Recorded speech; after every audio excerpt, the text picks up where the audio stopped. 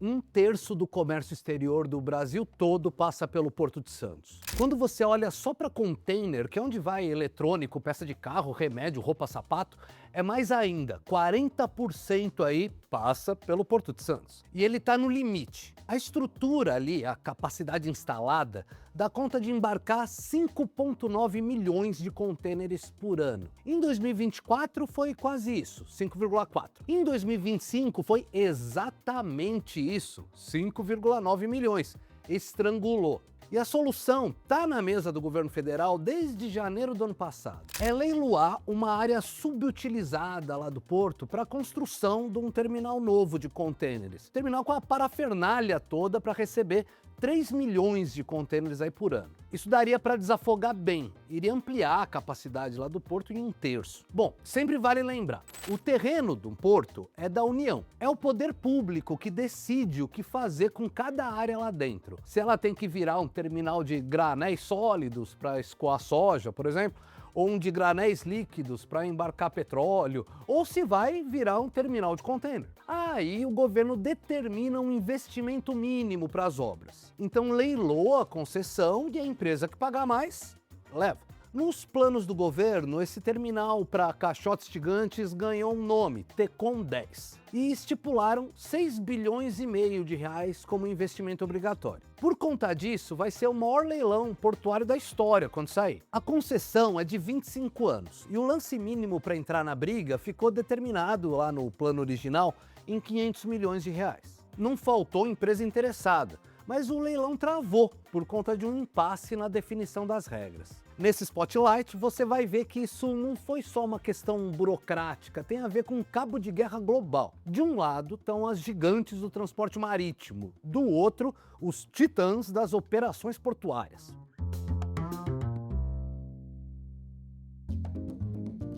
É assim, dois agentes disputam o mercado de terminais de contêineres pelo mundo. Num fronte você tem os armadores, são as empresas de navegação, as empresas que operam navio de carga. Você vê os logos dessas empresas o tempo todo em caminhão, quando os contêineres aí pegam estrada.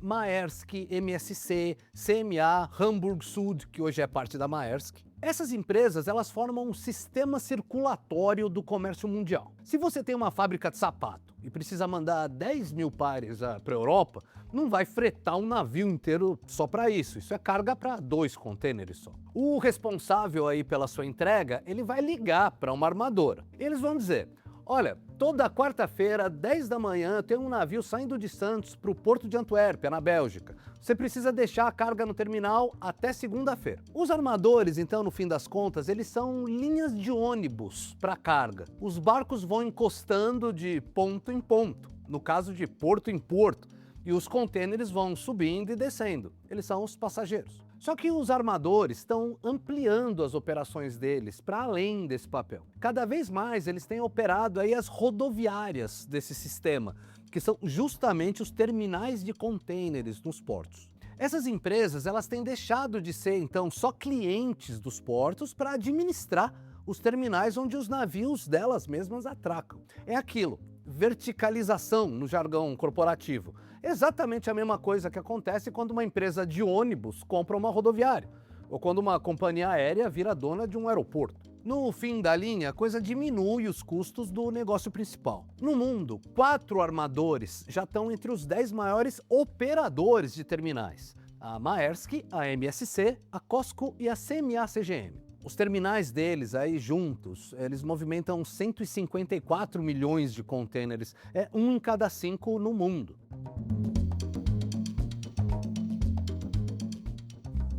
Em Santos, a presença ali deles é mais marcante ainda. Dos 3 terminais de contêiner que tem lá hoje, 2 estão com as armadoras. O maior aí é o Tecon Santos, com capacidade para 2,5 milhões de contêineres por ano. Quem está no controle lá é a CMA-CGM, da França. Ela é a 3ª maior aí de navegação do mundo. O outro terminal parrudo de Santos aí nessa linha é o BTP, o Brasil Terminal Portuário. A capacidade ali é quase a do Tecon Santos, 2 milhões de contêineres. E o BTP aí, ele é uma joint venture entre a MSC, da Suíça, e a Maersk, da Dinamarca, justamente as 2 maiores armadoras do mundo. MSC, Maersk e CMA comandam, então, 75% da operação de contêineres no Porto de Santos. Em paralelo, esse trio tem algo entre 85% e 90% do mercado no Brasil, do mercado de navegação, que é o negócio principal deles. Só o menor dos terminais dos contêineres lá de Santos fica com uma operadora bandeira branca, que não tem uma companhia de navegação por trás. Esse fica a cargo da DP World, dos Emirados Árabes.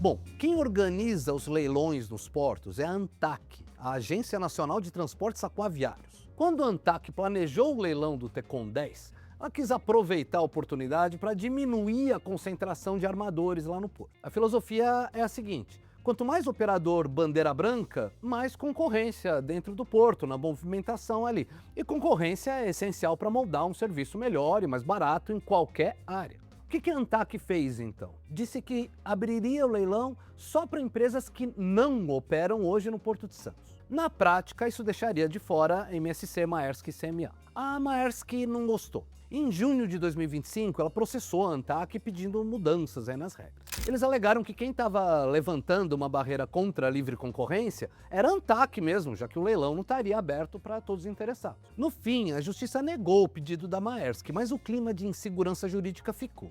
Mais tarde, a ANTAQ mudaria as regras do leilão, mas não exatamente da forma que os armadores queriam. Ficou aprovado em dezembro do ano passado que o leilão ia acontecer em duas fases. Na primeira, entrariam só os operadores bandeira branca. Caso não saísse nenhum vitorioso aí sim os armadores poderiam entrar. Nada disso significa que os bandeira branca sejam empresas mais modestas. A China Merchants, por exemplo, uma das interessadas no TECON 10, ela movimenta em 26 países 150 milhões de contêineres, quase o mesmo número dos 4 maiores armadores juntos. E tem vários mamutes aí da área no leilão, tipo a PSA de Singapura e a Hutchison de Hong Kong. A coisa não é então um Davi e Golias, todo mundo nessa história é meio Golias. E o fenômeno da verticalização também não está restrito aos armadores. A JBS, por exemplo, ela é uma grande usuária de transporte via container, na versão refrigerada para levar carne. E desde 2024, ela é operadora de porto também. Os irmãos Batista montaram a JBS Terminals, que opera no porto de Itajaí, Santa Catarina. No ano passado, eles movimentaram quase 400 mil contêineres. Uma parte aí com o carregamento de carne da própria JBS, quer dizer, ela deixa de ser cliente do porto para virar dona do porto, verticalização. E a JBS, igual as outras operadoras, está esperando a versão derradeira do edital para ver se participa do leilão do TECON 10. E agora em maio teve uma mudança. O Poder Executivo pediu para acabar com a restrição aos armadores. Em contrapartida, orientou dobrar o lance mínimo de 500 milhões para 1 bilhão de reais. Tem mais. Se alguma empresa que já opera terminal de container no Porto de Santos, quer dizer, Maersk, MSC, CMA ou DP World, se alguma delas ganhar o leilão, ela vai ter que vender a operação que tem hoje e ficar só com o TECON 10. É isso. Agora é ver se a novela termina e se o leilão sai de uma vez.